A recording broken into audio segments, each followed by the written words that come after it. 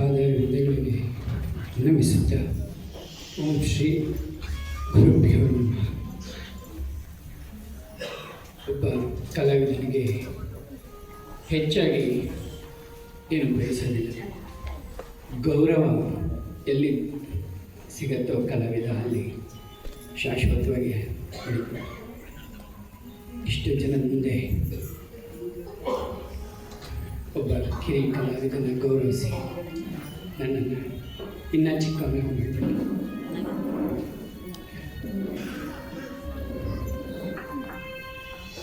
ತುಮಕೂರಿನಲ್ಲಿ ಮೊಟ್ಟ ಮೊದಲಿಗೆ ರಾಜರಾಜೇಶ್ವರಿ ನೃತ್ಯ ಕಲಾಮಂದಿರ 1960ರಲ್ಲಿ ತಂದೆಯವರಾದ ಶ್ರೀ ನಟಶ್ರೀ ಗುರು ಕೆ ಎಂ ರಾಮನ್ ಮತ್ತು ತಾಯಿಯವರು ದೇವತೆ ರಾಮನವರು ಸ್ಥಾಪಿಸಿ ಇಲ್ಲಿಗೆ 63 ವರ್ಷಗಳಾಯಿತು.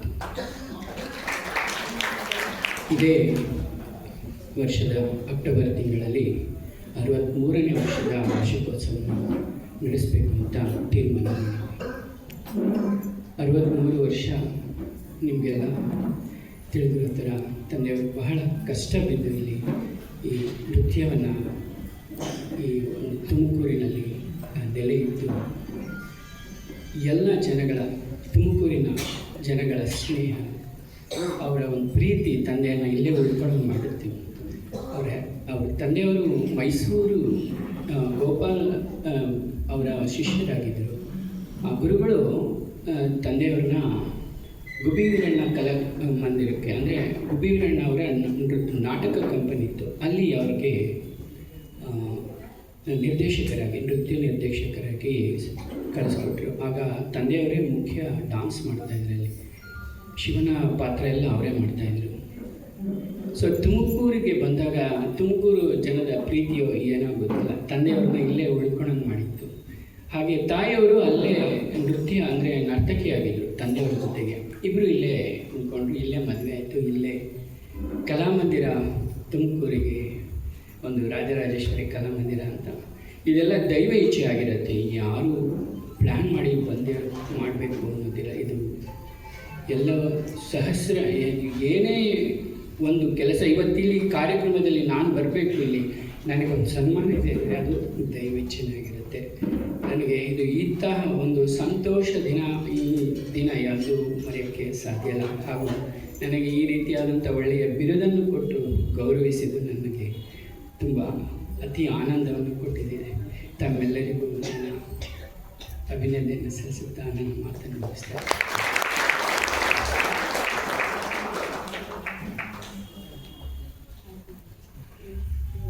ಮತ್ತೊಮ್ಮೆ ವಿದ್ವಾನ್ ಹರೀಶ್ ರಾಮನ್ ಅವರಿಗೆ ಅಭಿನಂದನೆಗಳು.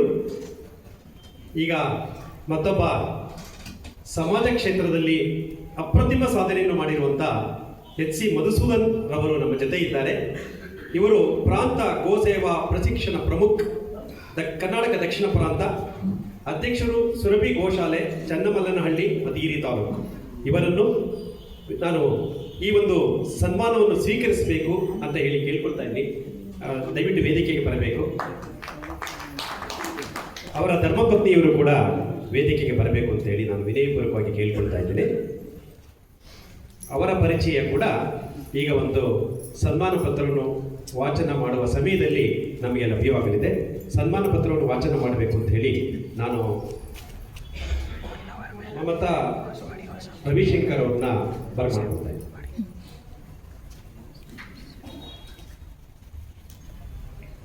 ಎಲ್ಲರಿಗೂ ನಮಸ್ಕಾರ.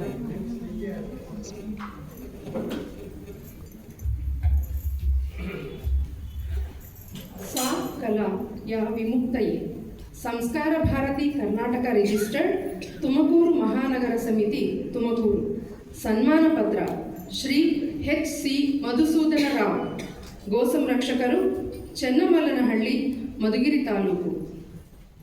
ಹಾದಿ ಬೀದಿಯಲ್ಲಿರುವ ಕಸದ ಹುಲ್ಲನ್ನು ಹುಡುಕಿ ಮೇದು ಮನಗೈದಿ ನಾನಮೃತ ನೀವೆ, ಇದನ್ನುಂಡು ನನಗೆರಡು ಬಗೆವ ಮಾನವ ಹೇಳು, ನೀನಾರಿಗಾದೆಯೋ ಎಲೆ ಮಾನವ, ಹರಿಹರಿ ಗೋವು ನಾನು ಎಂಬ ಗೋವಿನ ಸಹಜ ಆಕ್ಷೇಪಣೆಗೆ ಉತ್ತರ ನೀಡುವಂತೆ ತಾವು ಅದನ್ನು ಕಾಪಾಡುತ್ತಾ ನಿನ್ನನ್ನು ನಾ ಎಂದೂ ಮರೆಯುವುದಿಲ್ಲ ಎನ್ನುವಂತೆ ತಾಯಿಗೆ ಅಭಯ ನೀಡುತ್ತಾ ಅವಳ ಸಂತತಿ ರಕ್ಷಣೆ ಮಾಡುವ ಪುಣ್ಯ ಕಾರ್ಯ ಮಾಡುತ್ತಿರುವ ತಮಗೆ ಕೃತಜ್ಞತಾಪೂರ್ವಕ ನಮಸ್ಕಾರಗಳು. ಮಾನ್ಯರೇ, ವಿಶ್ವವಿಖ್ಯಾತ ಏಕಶಿಲಾ ಬೆಟ್ಟ ಖ್ಯಾತಿಯ ಮಧುಗಿರಿ ತಾಲೂಕಿನ ಕೊಡಗೇನಹಳ್ಳಿಯ ಶ್ರೀಮತಿ ಲೀಲಾವತಿ ಹಾಗೂ ಕೀರ್ತಿಶೇಷ ಚಂದ್ರಶೇಖರ್ ರಾವ್ ರವರ ಸುಪುತ್ರರಾಗಿ ತಾವು 20/7/1972 ಜನಿಸಿದಿರಿ. ಶಾಲಾ ಕಾಲೇಜು ಶಿಕ್ಷಣವನ್ನು ಬಾಗೇಪಲ್ಲಿಯಲ್ಲಿ ಪೂರೈಸಿದ ತಾವು ರಾಷ್ಟ್ರೀಯ ಸ್ವಯಂ ಸೇವಕ ಸಂಘದ ಪ್ರಚಾರಕರಾಗಿ ಜವಾಬ್ದಾರಿ ನಿರ್ವಹಿಸಿದಿರಿ.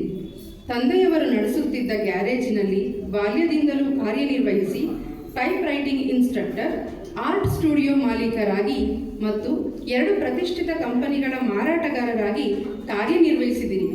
ಆದರೆ ಗೋಮಾತೆ ತನ್ನ ಸೇವೆಗಾಗಿ ಸಮರ್ಥ ವ್ಯಕ್ತಿಯನ್ನು ಅರಸುತ್ತಿದ್ದಾಗ ಬಾಲ್ಯದಿಂದಲೂ ಸುಸಂಸ್ಕೃತ ಪರಿಸರದಲ್ಲಿ ಬೆಳೆದಿದ್ದ ತಾವು ಆಕೆಯ ಕರೆಗೆ ಓಗೊಟ್ಟು ಗೋಸೇವೆಯ ವ್ರತ ಸ್ವೀಕರಿಸಲು ನಿರ್ಧರಿಸಿದಿರಿ.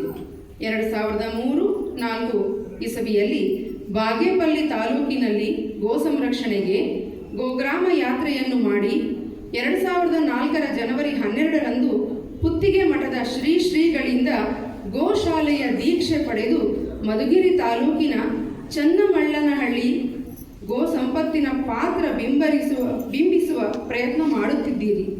ಗೋ ಸಂರಕ್ಷಣೆ, ಗೋ ಸಂವರ್ಧನೆ, ಗೋ ಆಧಾರಿತ ಗ್ರಾಮ ವಿಕಾಸ, ಕೃಷಿ ಗ್ರಾಮೀಣ ಅಭಿವೃದ್ಧಿ ದೃಷ್ಟಿಯಿಂದ ಆಂಗೀರಸ ಗುರುಕುಲ ಶಿಕ್ಷಣವನ್ನು ಪ್ರಾರಂಭಿಸಿದ್ದೀರಿ. ಇಲ್ಲಿ ಗ್ರಾಮೀಣ ಯುವಕರಿಗೆ ಕೌಶಲ್ಯಾಭಿವೃದ್ಧಿ ಶಿಕ್ಷಣವನ್ನು ನೀಡಲಾಗುತ್ತಿದೆ. ಇಲ್ಲಿಯವರೆಗೆ 127 ಪ್ರಕರಣಗಳಲ್ಲಿ 1480 ಗೋವುಗಳನ್ನು ಉಳಿಸಿ ಪೋಷಿಸುತ್ತಿದ್ದೀರಿ. ಪ್ರತಿ ವರ್ಷ ಬಕ್ರೀದ್ ಹಾಗೂ ರಂಜಾನ್ ಸಂದರ್ಭಗಳಲ್ಲಿ ಗೋ ಸಂರಕ್ಷಣೆಗಾಗಿ ಕಾನೂನು ಹೋರಾಟ ನಡೆಸುತ್ತಿದ್ದೀರಿ. ಕರ್ನಾಟಕ ಸರ್ಕಾರ ಸ್ಥಾಪಿಸಿರುವ ಗೋಮಾತಾ ಸಹಕಾರ ಸಂಘದ ಚುನಾಯಿತ ಸದಸ್ಯರಾಗಿದ್ದೀರಿ. ಶ್ರೀ ರಾಮಚಂದ್ರಾಪುರ ಮಠದ ಭಾರತೀಯ ಗೋಯಾತ್ರೆಯೂ ಸೇರಿದಂತೆ ಹಲವಾರು ಗೋಯಾತ್ರೆಗಳನ್ನು ಸಂಘಟಿಸಿದ್ದೀರಿ. ಕರ್ನಾಟಕ ಸರ್ಕಾರದ ಪ್ರಾಣಿ ದಯಾ ಸಂಘದ ಸದಸ್ಯರಾಗಿ, ಜಿಲ್ಲಾ ಪ್ರಾಣಿ ದಯಾ ಸಂಘದ ಸದಸ್ಯರಾಗಿ ಮೂಕ ಜೀವಿಗಳ ಧ್ವನಿಯಾಗಿದ್ದೀರಿ. ತಮ್ಮ ಶ್ರೀಮತಿಯವರಾದ ಶ್ರೀಮತಿ ರಮಾದೇವಿ ಸಿ.ವಿ. ರವರು ಹಿಂದೂಪುರದಲ್ಲಿ ತಾವು ಕಾರ್ಯನಿರ್ವಹಿಸುತ್ತಿದ್ದ ಸರ್ಕಾರಿ ಹುದ್ದೆಗೆ ರಾಜೀನಾಮೆ ನೀಡಿ ಗೋ ಸಂರಕ್ಷಣಾ ಕಾರ್ಯದಲ್ಲಿ ತಮಗೆ ಹೆಗಲೆಣೆಯಾಗಿದ್ದಾರೆ. ಮಗ ಶ್ರೀ ಅಭಿರಾಮರಾವ್ ಸಂಸ್ಕೃತ MA ಪದವಿ ಪಡೆದು ಪ್ರಸ್ತುತ ವೇದ ವಿಜ್ಞಾನ ಗುರುಕುಲದಲ್ಲಿ ಆಚಾರ್ಯರಾಗಿದ್ದಾರೆ. ಮಗಳು ಹರಿಪ್ರಿಯಾ ರಾವ್ B.Tech ಮುಗಿಸಿದ್ದಾರೆ. ದೇವಾಲಯಗಳ ಸುಂದರ ಪರಿಸರದಲ್ಲಿ ಗೋಶಾಲೆಯೊಂದಿಗೆ ತಾವು ನಡೆಸುತ್ತಿರುವ ಕಾರ್ಯವನ್ನು ಗೌರವಿಸಿ ಕರ್ನಾಟಕ ಸರ್ಕಾರದ ರಾಜ್ಯೋತ್ಸವ, ವಿಪ್ರಶ್ರೀ ಪ್ರಶಸ್ತಿಯು ಸೇರಿದಂತೆ ಹಲವಾರು ಪುರಸ್ಕಾರಗಳು ತಮ್ಮನ್ನು ಅಲಂಕರಿಸಿವೆ. ತಮ್ಮ ಈ ಸೇವಾ ಕಾರ್ಯವನ್ನು ಗುರುತಿಸಿ ದೇಶದ ಶ್ರೇಷ್ಠ ಸಾಂಸ್ಕೃತಿಕ ಸಂಘಟನೆಯಾದ ಸಂಸ್ಕಾರ ಭಾರತಿ ಕರ್ನಾಟಕ ರಿಜಿಸ್ಟರ್ಡ್ ತುಮಕೂರು ಮಹಾನಗರ ಸಮಿತಿಯು ಗಮಕ ಹಬ್ಬ 2025 ಸಮಾರೋಪ ಸಮಾರಂಭದ ಈ ಶುಭ ದಿನದಂದು ತಮಗೆ ಗೋ ಸೇವಾ ದುರಂಧರ ಎಂಬ ಬಿರುದನ್ನು ನೀಡಿ ಸನ್ಮಾನಿಸುತ್ತಿದೆ. ತಮಗೂ ಗೋ ಸಂರಕ್ಷಣಾ ಕಾರ್ಯದಲ್ಲಿ ಸಹಕರಿಸುತ್ತಿರುವ ಎಲ್ಲರಿಗೂ ಪರಮಾತ್ಮ ಶಕ್ತಿ ಸಾಮರ್ಥ್ಯವನ್ನು ನೀಡಿ ಸನ್ಮಂಗಲವನ್ನು ದಯಪಾಲಿಸಲೆಂದು ಪ್ರಾರ್ಥಿಸುವ ತಾಯಿ ಭಾರತೀಯ ಸೇವೆಯಲ್ಲಿ ತಮ್ಮವರೇ ಆದ ಶ್ರೀ ನಟರಾಜ ಶ್ರೇಷ್ಠಿ B.R. ಅಧ್ಯಕ್ಷರು ಹಾಗೂ ಪದಾಧಿಕಾರಿಗಳು, ಸಂಸ್ಕಾರ ಭಾರತಿ ಕರ್ನಾಟಕ ರಿಜಿಸ್ಟರ್ಡ್ ತುಮಕೂರು ಮಹಾನಗರ ಸಮಿತಿ, ಶ್ರೀ ವಿಶ್ವಾವಸುನಾಮ ಸಂವತ್ಸರ, ದಕ್ಷಿಣಾಯಣ, ಗ್ರೀಷ್ಮ ಋತು, ಆಷಾಢ ಬಹುಳ ದಶಮಿ, ದಿನಾಂಕ 20/7/2025 ಭಾನುವಾರ. ಎಲ್ಲರಿಗೂ ಶುಭವಾಗಲಿ. ಧನ್ಯವಾದಗಳು. ಅವರ ಸುಪುತ್ರ ಮತ್ತು ಸುಪುತ್ರಿ ಬಂದಿದ್ದಾರೆ, ದಯವಿಟ್ಟು ಬರಬೇಕು ಅಂತೇಳಿ ನಾನು ಕೇಳ್ಕೊಳ್ತೇನೆ.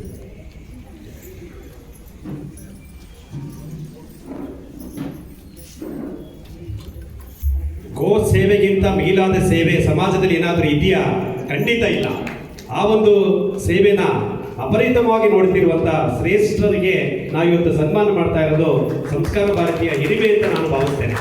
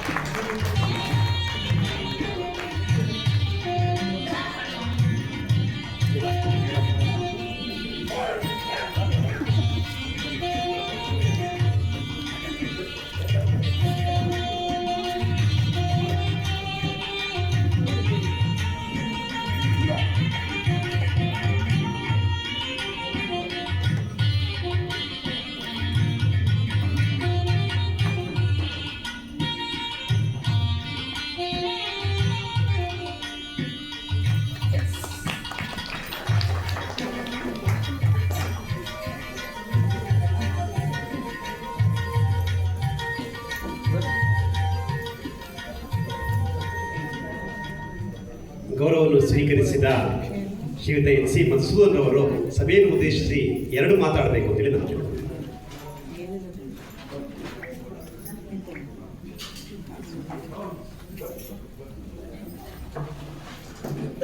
ಶ್ರೀ ಸುಧೋಧೇ ನಮಃ. ನನಗೆ ಬಹಳ ಮುಜುಗರ ಆಗ್ತಾಯಿತ್ತು ಮತ್ತು ಯೋಚನೆ ಮಾಡ್ತಿದ್ದೆ ವೇದಿಕೆ ಮೇಲೆ ಕೂತು. ಇಲ್ಲೆಲ್ಲ ಇರುವಂಥವರು ಬೇರೆ ರೀತಿಯ ಕಲಾತ್ಮಕ ಇದರಲ್ಲಿ ತಪಸ್ಸು ಮಾಡಿದಂಥವ್ರು. ಒಂದು ರೀತಿ ಗಂಧರ್ವ ಲೋಕ ಅಂತ ಬರ್ತೀನಿ. ಗಂಧರ್ವ ಲೋಕದಲ್ಲಿ ಗೋವಿಗೆ ಏನು ಕೆಲಸ ಅಂತ ನಿಜವಾಗ್ಲೂ ನನಗೆ ಆಮೇಲೆ ನೆನಪಾಯಿತು. ದೇವರಿಗೆ ಸಮರ್ಪಣೆ ಮಾಡುವಂಥ ಎಲ್ಲ ಮಂಗಳ ವಸ್ತುಗಳಲ್ಲಿ ಗೋಮೂತ್ರ ಮತ್ತು ಗೋಮಯ, ಹಾಗೆ ನನ್ನನ್ನು ಸಹ ಗೋಮಯ ಮತ್ತು ಗೋಮೂತ್ರವಾಗಿಲ್ಲಿ ಸೇರಿಸಿದ್ದಾರೆ. ಗೋಮಯ ವಸತೆ ಲಕ್ಷ್ಮಿ, ಲಕ್ಷ್ಮಿ ಎಲ್ಲಿದ್ದಾಳೆ ಅಂತಂದರೆ ಗೋಮಯದಲ್ಲಿದ್ದಾಳೆ ಅಂತ. ಹಾಗೆ ಗೋಮೂತ್ರ ಸರ್ವತೀರ್ಥಾನಿ, ಎಲ್ಲ ರೀತಿಯ ಜಗತ್ತಿನ ತೀರ್ಥಗಳು ಅಂತ ಏನೇನಿದೆಯೋ ಅದೆಲ್ಲವೂ ಕೂಡ ಗೋಮೂತ್ರದಲ್ಲಿದೆ ಅಂತ ಹೇಳ್ತಾರೆ. ನನಗೆ ಗೊತ್ತಿಲ್ಲದೆ ಯಾದೃಚ್ಛಿಕವಾಗಿ ಕಾಕತಾಳೀಯವಾಗಿ ನಾನು ಈ ಕ್ಷೇತ್ರಕ್ಕೆ ಬಂದಿದ್ದೆ. ನನಗೇನು ಗೋಶಾಲೆ ಮಾಡಬೇಕಂತಿರಲಿಲ್ಲ, ಅಥವಾ ಗೋಶಾಲೆ ಅಂದರೆ ಏನಂತ ನಿಜವಾಗ್ಲೂ ಗೊತ್ತಿಲ್ಲ. ಅನಾಮಿಕನಾಗಿ ಅಪರಿಚಿತನಾಗಿ ಅಸಂಬದ್ಧವಾಗಿ ಬಂದುಬಿಟ್ಟಿದ್ದೀನಿ. ಒಂಥರ ಹುಚ್ಚು ಹುಡುಗನಂತೆ ಇದ್ದಂಥ ಹುಡುಗ. ಆಟೋಮೊಬೈಲ್ ಕ್ಷೇತ್ರದಲ್ಲಿ ಆಟೋಮೊಬೈಲ್ ಸೇಲ್ಸ್ ಎಕ್ಸಿಕ್ಯೂಟಿವು. ಹಾಗೆ ನನ್ನೊಂದು ಸ್ಪೆಷಲ್ ಉದ್ಯೋಗ ಆಯಿತು, ಅದು ಹುಂಬುತನದ ಉದ್ಯೋಗ. ಬಹಳ ಜನಕ್ಕೆ ಆ ಉದ್ಯೋಗ ಸಿಗಲ್ಲ. ನಾನು ಆ ಥರ ಇದ್ದಂಥ ಹುಡುಗ ಆದ್ದರಿಂದ ಅಂಥ ಉದ್ಯೋಗ ಕೊಟ್ಬಿಟ್ಟಿದ್ದು. ಇಡೀ ಕವಲ್ಬಾಗ್ ಅಸೋಸಿಯೇಷನ್, ಏಷ್ಯಾದ ಅತಿ ದೊಡ್ಡ ಮರ್ಚೆಂಟ್ಸ್ ಅಸೋಸಿಯೇಷನ್ ಅದು, ಕವಲ್ಬಾಗ್ ಮರ್ಚೆಂಟ್ಸ್ ಅಸೋಸಿಯೇಷನ್. ಅದರ one of the sales executive. ನನ್ನ ಕೆಲಸ ಸೇಲ್ಸ್ ಆ್ಯಂಡ್ ಸರ್ವೆ ಅಂತ, ಅಂದರೆ ಹೋಗಿ 10 ಲಕ್ಷಕ್ಕಿಂತ ಹೆಚ್ಚು ವ್ಯಾಪಾರ ಮಾಡುವಂಥ ಜನಗಳನ್ನು ನಾನು ಅನಲೈಸ್ ಮಾಡಬೇಕು, ಈ ವ್ಯಕ್ತಿ ಫಿಸಿಬಲ್ ಇದಾನ ಇಲ್ವಾ ಅಂತ. ಅದಕ್ಕೆ ತಕ್ಕಂತೆ ನಾನು ಡೆಕೋರೇಷನ್ ಕೂಡ ಹುಂಬುತ್ತನಂತೆ, ಒಬ್ಬ ಯಜಮಾನನ ಮಗನಂತೆ ಅಳಿಯನಂತೆ ಹೇಳ್ಕೋಬೇಕು. ಎಲ್ಲೂ ಎಂಪ್ಲಾಯಿ ಅಂತ ಹೇಳ್ಕೊಳ್ಳೋಂಗಿಲ್ಲ. ಎಂಪ್ಲಾಯಿ ಆದರೆ ಒಳಗೆ ಸೇರಿಸಲ್ಲ, ಮನೆ ಒಳಗೆ ಮುಂದಕ್ಕೆ ಹೋಗಿ ಅಂದ್ಬಿಡ್ತಾರಲ್ಲ. ಹಾಗಾಗಿ ಎಕ್ಸಿಕ್ಯೂಟಿವ್ ಅನ್ನೋ ಹೆಸರು ಕೊಟ್ಟಿದ್ದು.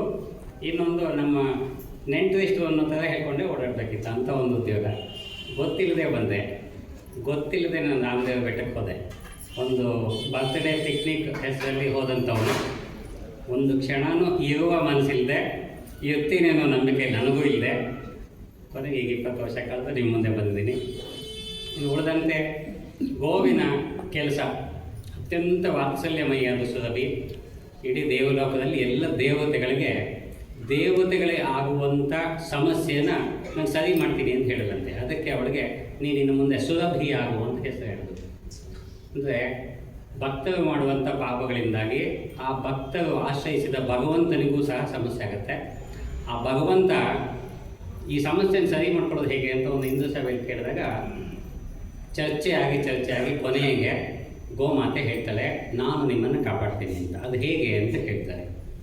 ಗವ್ಯದ ಮುಖಾಂತರ, ಗೋವಿನಿಂದ ಸಿಗಬಹುದಾದ ವಸ್ತುಗಳ ಮುಖಾಂತರ ಪಂಚಭೂತಗಳನ್ನು ಅದು ಸಮಾಧಾನ ಮಾಡುತ್ತೆ. ಆ ಪಂಚಭೂತಗಳು ಚೆನ್ನಾಗಾದಾಗ ಉಳಿದೆಲ್ಲ ದೇವಾದೇವತೆಗಳು ಕೂಡ ಶಕ್ತಿ ಬರುತ್ತೆ. ಹೀಗಾಗಿ ಸುರಭಿ ವಸಿಷ್ಠಾಶ್ರಮದಲ್ಲಿ ಇದ್ದಂಥ ಒಂದು ಗೋವು.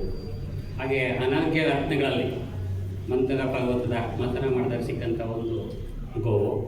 ಇನ್ನೊಂದನ್ನು ಹೇಳ್ತಾರೆ, ಅವಳು ವಾತ್ಸಲ್ಯಮಯಿ ಹೇಗೆ ಅಂತಂದಾಗ ಇನ್ನೊಂದು ಕತೆ ಬರುತ್ತೆ. ಒಬ್ಬ ಮಹಾರಾಜ ದುಷ್ಟತನದಿಂದ ಋಷಿ ಆಶ್ರಮದಿಂದ ಕಿತ್ಕೊಂಡು ಹೋಗ್ತೀನಿ ಗೋವನ ಅಂತ ಹೇಳ್ತಾರೆ. ಇಲ್ಲಪ್ಪ, ಇದು ಅಂಥದ್ದಲ್ಲ, ಎತ್ಕೊಂಡು ಹೋಗುವಂಥದ್ದಲ್ಲ, ನನಗಿದೇನೋ ಆಶ್ರಯಕ್ಕಾಗಿ ಇದೆ ಅಂತ. ನಿನ್ನ ಇಷ್ಟ, ನಿನ್ನ ಕೈಲಾದ್ರೆ ತೊಗೊಂಡು ಹೋಗು ಅಂತ. ನಾನು ಕೊಡಬೇಕು, ನನ್ನ ಮಹಾರಾಜ, ನನ್ನ ಅಧಿಕಾರಿ, ನಾನು ಕೊಡು ಅಂತ. ನಿನ್ನ ಜೊತೆಗೆ ಬರೋದಾದರೆ ಕರ್ಕೊಂಡು ಹೋಗು, ನಾನೇನು ಮಾಡೋಕ್ಕಾಗಲ್ಲ. ಸರಿ, ಹಾಗಾದ್ರೆ ನಾನು ಎಳ್ಕೊಂಡು ಹೋಗ್ತೀನಿ ಅಂತ. ಎಳ್ಕೊಂಡು ಹೋಗೋಕ್ಕಾಗೋದೇ ಇಲ್ಲ. ಅವನ ಸೈನ್ಯ, ಅವನೆಲ್ಲ ಬಲ ಪ್ರಯೋಗ ಮಾಡ್ತಾನೆ. ಮಾಡಿದಾಗ ಅವನ ಕೈಲಿ ಆಗೋದೇ ಇಲ್ಲ. ಅದರ ವಿಚಿತ್ರ ಏನು ಅಂದರೆ, ಅವನು ಎಷ್ಟು ದುಷ್ಟತನದಿಂದ ಎಷ್ಟು ಜನ ಸೈನಿಕರು ಹಾಕ್ತಾರೋ ಅದರ 4 ಪಟ್ಟು ಸೈನಿಕರು ಇದರ ಮೂಗಿನಿಂದ ಆಸೆಗೆ ಬರ್ತಾರೆ. ಆ ಇಡೀ ಸೈನಿಕರನ್ನು ಹಣ್ಣು ಮಾಡಿ ಬಿಸಾಕ್ತಿರ್ತಾರೆ. ಕೊನೆಗೆ ರಾಜ ಯೋಚನೆ ಮಾಡ್ತಾನೆ, ಇಡೀ ಸೈನ್ಯದಲ್ಲಿ ಯಾರೂ ಸತ್ತಿಲ್ಲ, ಅದು ಹಣ್ಣಾಗ್ಬಿಟ್ಟಿದ್ದಾರೆ, ಸೋತ್ಬಿಟ್ಟಿದ್ದಾರೆ. ಆಗ ಬಂದು ಮತ್ತೆ ಮಹರ್ಷಿಗಳನ್ನ ಆಶ್ರಯ ಪಡೆದು ಕೇಳ್ತಾರೆ, ಸ್ವಾಮಿ ಏನು ಹೇಳಿದ್ರು ಅಂತ. ಅವಳು ವಾತ್ಸಲ್ಯಮಯಿ, ಅವಳನ್ನು ಎಷ್ಟು ನೋಯಿಸಿದ್ರು ಅವಳು ಸಾಯಿಸೋದಿಲ್ಲ. ನಿಂಗೆ ಬುದ್ಧಿ ಹೇಳೋ ಮನಸ್ಸಿದೆ ಆಗಲಿ, ಸಾಯಿಸೋ ಮನಸ್ಸಿಲ್ಲ. ಹೀಗೆ ಸಮಾಜದಲ್ಲಿ ಗೋವು, ಅದನ್ನು ನಾವು ಬಹಳ ಸಾಯಿಸ್ತಾ ಇದ್ದೀವಿ, ಬಹಳ ನೋಯಿಸ್ತಾ ಇದ್ದೀವಿ. ಆದರೂ ಅದು ನಮಗೆ ಸರಿಯಾದ್ದನ್ನೇ ಮಾಡುತ್ತೆ, ಸರಿಯಾಗಿಯೇ ಮಾಡುತ್ತೆ. ಅಂಥ ಕೆಲಸದಲ್ಲಿ ನಾನು ಭಾಳ ಸಾರಿ ಸೋಲ್ತಿರ್ತೀನಿ. ನಂದು ಸ್ಕಾರ್ಪಿಯೋ ಕಾರ್ ಇದೆ, 4 ಟೈರ್ ಬೇಕಿದೆ. ಆವಾಗ ಪಂಚರ್ ಆಗ್ತಲೇ ಇರ್ತದೆ. ಆ ಪಂಚರ್ ಆದಾಗ ಈ ರೀತಿ ವೇದಿಕೆ ಮೇಲೆ ಕರ್ಕೊಂಡ್ಬಂದು ಬ್ಲೋ ಹೊಡೆದು, ಇಲ್ಲ ಮತ್ತೆ ಪ್ಯಾಚ್ ಹಾಕೊಂಡು ಹೋಗು ಅಂತ ಹೇಳ್ತಾರೆ. ಹಾಗೆ ಸೋತಾಗ ನೀವು ನಿಮ್ಮಂಥವೆಲ್ಲ ಸೇರಿ ಮತ್ತೆ ನನಗೆ ಬ್ಲೋ ಹೊಡೆದು ಮತ್ತೆ ಕಳಿಸಿದ್ದೀರಿ. ಹಾಗಾಗಿ ಮತ್ತೆ ನನ್ನ ಗಾಡಿ ಪಿಕಪ್ ಮಾಡ್ಕೊಂಡು ಹೋಗ್ತೀನಿ. ಹೀಗೆ 20 ವರ್ಷಗಳಿಂದ ಗೋವಿನ ಕೆಲಸ. ಉಳಿದಂಥ ಇನ್ನೊಂದು ನಿಮಿಷ ಹೇಳ್ಬಿಡ್ತೀನಿ. ಗೋವನ್ನು ಎಲ್ಲಿಯ ತನಕ ಹಾಲು ಮತ್ತು ಹಾಲಿನ ಗಣನೆಯಿಂದ ತುಲನೆ ಮಾಡಲಿಕ್ಕೆ ಸ್ಟಾರ್ಟ್ ಮಾಡೋದು, ಅಲ್ಲಿಂದ ಗೋವು ನಾಶ ಆಯಿತು. ಹಾಗಾಗಿ ಗೋವು ಹಾಲಿಗಾಗಿ ಅಲ್ಲ. ಗೋವಿನಿಂದ ಸಿಗುವ ಅನರ್ಘ್ಯ ವಸ್ತುಗಳು ಕೇವಲ ಹಾಲಲ್ಲ. ಹಾಲು ಬರೋದು 4ನೇದು 5ನೇದು. ಮೊದಲಿಗೆ ಗೋವು ಕೊಡುವಂಥದ್ದು ಶ್ವಾಸೋಚ್ಛ್ವಾಸ. ಈ ಶ್ವಾಸೋಚ್ಛ್ವಾಸ ಇಡೀ ಪ್ರಕೃತಿಯ ಪಂಚಭೂತಗಳನ್ನು ಸಮಾಧಾನ ಮಾಡುತ್ತೆ, ಎಲ್ಲ ಅರಿಷ್ಟ ನಿವೃತ್ತಿ ಮಾಡುತ್ತೆ, ಅಮಂಗಳವನ್ನು ಕಮ್ಮಿ ಮಾಡೋದ್ರಲ್ಲಿ. ಅದರಲ್ಲಿ ಕ್ರಿಮಿ, ಕೀಟ, ಪಶು, ಪಕ್ಷಿ, ಗಿಡ, ಮರ, ಬಳ್ಳಿಗಳಿಗೂ ಕೂಡ ಬಲ ತುಂಬೋ ಕೆಲಸ ಅದು ಶ್ವಾಸೋಚ್ಛ್ವಾಸದಿಂದ ಮಾಡುತ್ತೆ. ಅದರಿಂದ ಬರುವ ಎರಡನೇ ಅನರ್ಘ್ಯವಾದ್ದು, ಅಮೂಲ್ಯವಾದ್ದು ಅದರ ಚಟುವಟಿಕೆ, ಆ್ಯಕ್ಟಿವಿಟಿ.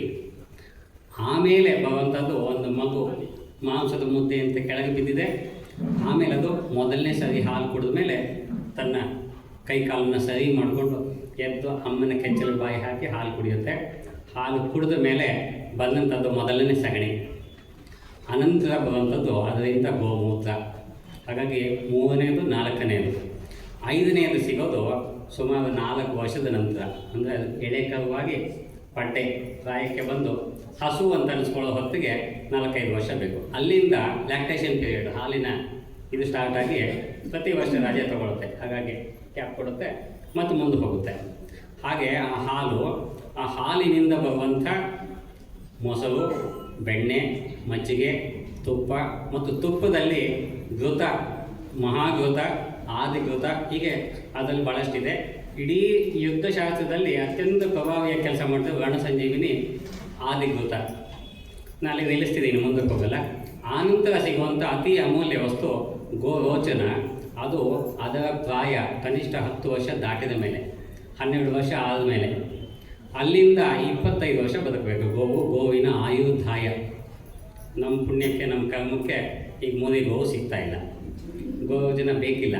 ಗೋರೋಚನ 10 ರೂಪಾಯಿ ಕೊಟ್ಟರೆ ಗಂದಿಗೆ ಅಂಗಡಿಯಲ್ಲಿ ಸಿಗ್ತಿದೆ. ಒಂದು ರೀತಿಯ ಅದೇನೋ ಗೊತ್ತಿಲ್ಲ, ಅದು ಚಾಕ್ ಪೌಡರ್ಗೆ ಬಣ್ಣ ಹಾಕಿ ನಮ್ಮ ತಲೆ ಮೇಲೆ ಇಟ್ಟಿದ್ದಾರೆ. ಇದ್ರ ಬಗ್ಗೆ ಒಂದೇ ಒಂದು ನಿಮಿಷದಲ್ಲಿ ಹೇಳ್ತೀನಿ. ಗೋರೋಚನದ ಮಹತ್ವದ ಬಗ್ಗೆ ಅತ್ಯಂತ ಸರಳವಾಗಿ ಹೇಳಬೇಕಂದ್ರೆ, ಗೋರೋಚನ ಬಳಸೋದು ಎಲ್ಲೆಲ್ಲಿ ಅಂತ. ಎಳೆ ಮಗುವಿನ 11 ದಿನದ ಒಳಗೆ ಸೂಜಿ ಮನೆಯಲ್ಲಿ ಹೀಗೆ ಚುಚ್ಚಿ ಅದನ್ನು ಗಂಧದ ಪೀಠದ ಮೇಲೆ ತೇದು ನಾಲ್ಗೆ ಮೇಲೆ ಇಡ್ತಾರೆ. ಅಷ್ಟು ಕೊಟ್ಟರೆ 100 ವರ್ಷದ ಅವನ ಇಮ್ಯೂನ್ ಸಿಸ್ಟಮ್ ಅಷ್ಟು ಜಾಸ್ತಿ ಇರುತ್ತಂತೆ. ನಾನು ಎಳೆ ವಯಸ್ಸಿಂದ ಕೇಳಿಸ್ಕೊಂಡಿದ್ದೆ, ಭಾಳ ಜನ ಕೇಳಿಸ್ಕೊಂಡಿರ್ಬೋದು. ಅವನೊಂದು ಜಾಸ್ತಿ ಆ್ಯಕ್ಟಿವಿಟಿ ಇದೆ ಅಂದರೆ, ನನ್ನ ಮಗನಿಗೆ ಗೋರೋಚನ ಜಾಸ್ತಿ ಆಗಿದೆಯೋ ಅಂತ ಕೇಳ್ತಿದ್ರು. ಅಂದರೆ ಓವರ್ ಆ್ಯಕ್ಷನ್ ಇದೆ ಅಂದರೆ ಗೋರೋಚನ ಜಾಸ್ತಿ ಆಗಿದೆ ಅಂತ. ಅಂದರೆ ಅವನ ಕೆಪಾಸಿಟಿ ಅಷ್ಟು ಜಾಸ್ತಿ ಆಗಿರುತ್ತಂತೆ. ಈ ಗೋರೋಚನವನ್ನು ಎಲ್ಲ ಕಡೆ ಹೋಮ ಹವನ ಯಜ್ಞ ಯಾಗಗಳಲ್ಲಿ ಕೊನೆಯಲ್ಲಿ ಹಾಕ್ತಾರೆ. ಇವತ್ತು ಕೂಡ ಅದೇನೆ ಗೋರೋಚನ ಹಾಕೋ ಕೆಲಸ ಈಗ ಸಮಾರಂಭದಲ್ಲಿ ನಡೀತಾ ಇದೆ. ನಾವು ಎಲ್ಲಿ ಪೂರ್ಣಾಹುತಿ ಕೊಡ್ತೀವಿ, ಪೂರ್ಣಾಹುತಿಯಲ್ಲಿ ಮಂಗಳ ವಸ್ತುಗಳಲ್ಲಿ, ಮಂಗಳ ದ್ರವ್ಯಗಳಲ್ಲಿ ಗೋರೋಚನವೇ ಇದೆ ಅನ್ನೋದಾದರೆ ಅದಕ್ಕೆ ಬೇಕಾದ ಅಧಿದೇವತೆಗಳು, ಪ್ರತ್ಯಧಿದೇವತೆಗಳು, ಪರಿವಾರ ದೇವತೆಗಳು ತಮ್ಮ ಸೌಜನ್ಯವನ್ನು ಮರೆತು ನನಗೆ ಸಿಗುತ್ತೋ ಇಲ್ವೋ ಅಂತೇಳಿ ನುಗ್ಗಿ ಬಂದು ಅಲ್ಲಿ ಬಂದು ನಿಂತ್ಕೋತಾರಂತೆ. ಇದು ಗೋರೋಚನದ ಮಹತ್ವ. ಯಾವ ಸೌಜನ್ಯ ದೇವತೆಗೆ ಕೂಡ ಸೌಜನ್ಯ ಮಹತ್ವ ಬರ್ತಾರೆ ಅಂದಾಗ ಗೋರೋಚನದ ಮಹತ್ವ ಎಷ್ಟಿರ್ಬೋದು ಅಂತೇಳಿ. ಹಾಗಾಗಿ ಸ್ವಲ್ಪ ಮಟ್ಟಿಗೆ ಸಿಗುವಂಥ ಗೋರೋಚನ ಅಂದರೆ ಪಿತ್ತಾಶಯದಲ್ಲಿ ಸಿಗುವಂಥ, ಲಿವರಲ್ಲಿ ಸಿಗುವಂಥ ಒಂದು ಕಡಲೆ ಬೀಜದಷ್ಟು ಇರುತ್ತದು. ಅದು ಪೂರ್ಣಾಹುತಿಯಲ್ಲಿ ಇದ್ಬಿಟ್ರೆ ಪಂಚಭೂತಗಳನ್ನು ಕೂಡ ಬಹಳ ಕಾಲದವರೆಗೆ ಸಮಾಧಾನ ಮಾಡ್ತಂತೆ. ಹಾಗಾಗಿ ಗೋರೋಚನದ ಮಹತ್ವ ಇಲ್ಲಿನ ಸಮಯದ ಇದೆಷ್ಟಿದೆ ಗೊತ್ತಿಲ್ಲ, ನಾನು ಗೂಡಿಸೋದೇ ಇಲ್ಲ, ಅದರಿಂದ ಸ್ವಲ್ಪ ಮುಂದಕ್ಕೆ ಹೋಗ್ಬಿಡ್ತು. ದಯವಿಟ್ಟು ಮನ್ನಿಸಬೇಕು, ಸಮಯ ಜಾಸ್ತಿ ತಗೋತಾ ಇದ್ದೀನಿ. ಹಾಗಾಗಿ ಗೋವಿನ ಅಧ್ಯಯನ, ಅದರ ಅನುಷ್ಠಾನ, ಅದಕ್ಕೆ ಸಂಬಂಧಪಟ್ಟಂತೆ ಪ್ರಶಿಕ್ಷಣ ಮಾಡುವಂಥ ಕೆಲಸ ಸುರಭಿ ಗೋಶಾಲೆ ಮುದುಗೇರಿ ತಾಲೂಕು ರಾಮದೇವ ಬೆಟ್ಟದಲ್ಲಿದೆ. ಗೋವಿನ ಮುಂದಿನ ಹೆಜ್ಜೆ ಏನು? ಗೋವು ಅಂದರೆ ಕೇವಲ ಹಾಲೇ ಗೋವಲ್ಲ, ಇದು ಬಿಟ್ಟು ಆಚೆ ಇದೆ. 25 ವರ್ಷ ಗೋವು ಬದುಕಬೇಕು. ಅದು ಸತ್ತ ನಂತರವೂ 12 ವರ್ಷ ಕೆಲಸ ಮಾಡುತ್ತೆ. ಈ 12 ವರ್ಷ ಕೆಲಸವನ್ನು ಮಾಡುವಂಥ ಒಂದು ನೀವು ಪ್ರಾತ್ಯಕ್ಷಿಕೆ ನೋಡಲಿಕ್ಕಾದರೆ ಸುರಭಿ ಗೋಶಾಲೆಗೆ ಬರಬೇಕು. ಒಂದು ದನ ಸತ್ತ ಮೇಲೆ 10 ಎಕರೆ ನೆಲವನ್ನು 12 ವರ್ಷಗಳ ಕಾಲ ಚೆನ್ನಾಗಿ ಮಾಡುತ್ತೆ. ಮತ್ತು ಏನೇನು ಅಂತ ಕೇಳಿದ್ರೆ ಅದ್ಭುತ, ಕೇಳಿದಷ್ಟು ಸಾಕಾಗಲ್ಲ. ಒಟ್ಟು ಸಮುದ್ರದಲ್ಲಿ ಕೊಂಚ ನನ್ನ ಕೈ ಹೋಗಿ ಚಿಕ್ಕದು, ಇದೆಲ್ಲ ಒಂದು 10 ml 20 ml ಇರುತ್ತೆ. 20 ml ನಿಮ್ಮ ಮುಂದೆ ಇಡುವಂಥ ಪ್ರಯತ್ನ ಮಾಡಿದ್ದೀನಿ. ಸ್ಯಾಂಪಲ್. ಗೋವಿನ ಕೆಲಸ ಬಹಳ ದೊಡ್ಡದಾಗಿದೆ. ಅದಕ್ಕಾಗಿಯೇ ಋಷಿ ಮುನಿಗಳು, ದೇವದೇವತೆಗಳು ಕೂಡ ಗೋವಿಗೆ ಶರಣಾದರು. ಗೋವಿನ ಕೀರ್ತನೆ ಮಾಡೋದು. ಯಾವುದೇ ನೈವೇದ್ಯ ಮಾಡಬೇಕಾದ್ರೆ ಕಾಮಧೇನು ಸ್ಮರಾಮಿ ಹೇಳಲೇಬೇಕು. ನಾವು ನಮ್ಮ ಕವಗ ಹೇಳಬೇಕಾದ್ರೆ ಹೇಳಲೇಬೇಕಾಗತ್ತೆ ಗೋವಿನ ಹೆಸರು. ಹಾಗೆ ಗೋವಿನ ಹೆಸರು ಗೋರೋಚನ. ಈ ದಿನ ನಿಜವಾಗ್ಲೂ ನನಗನ್ಸುತ್ತೆ ಸಮಾರೋಪದಲ್ಲಿ ಪೂರ್ಣಾಹುತಿ ಟೈಮಲ್ಲಿ ಗೋರೋಚನವನ್ನು ಉಲ್ಲೇಖ ಮಾಡಲಿಕ್ಕೆ ಅವಕಾಶ ಸಿಕ್ಕಿದೆ. ಇದನ್ನೆಲ್ಲ ನೀವು ಗುರುತಿಸಿ ನನ್ನನ್ನು ಕರ್ಕೊಂಬಂದು ಇಷ್ಟು ಸನ್ಮಾನ ಮಾಡಿದಿರಿ. ನಿಜವಾಗ್ಲೂ ನಾನು ಗೋಪಾಲಕ ಬಹಳ ಚಿಕ್ಕವರು, ನಾವು ಪ್ರತಿಷ್ಠೆ ಜನ ಅಲ್ಲ. ಈ ಭಾವೋದ್ರೆ ಬರಬೇಕಂತೆ ಕೃಷ್ಣನ ಎಲ್ಲರೂ ಕರೆದು ಏಕವಚನದಲ್ಲಿ. ಹಾಗಾಗಿ ನಾನು ನಿಮ್ಮ ಮುಂದೆ ಹುಡುಗ, ದಯವಿಟ್ಟು ಗೋಶಾಲೆಗೆ ಬನ್ನಿ. ನಮಸ್ಕಾರ.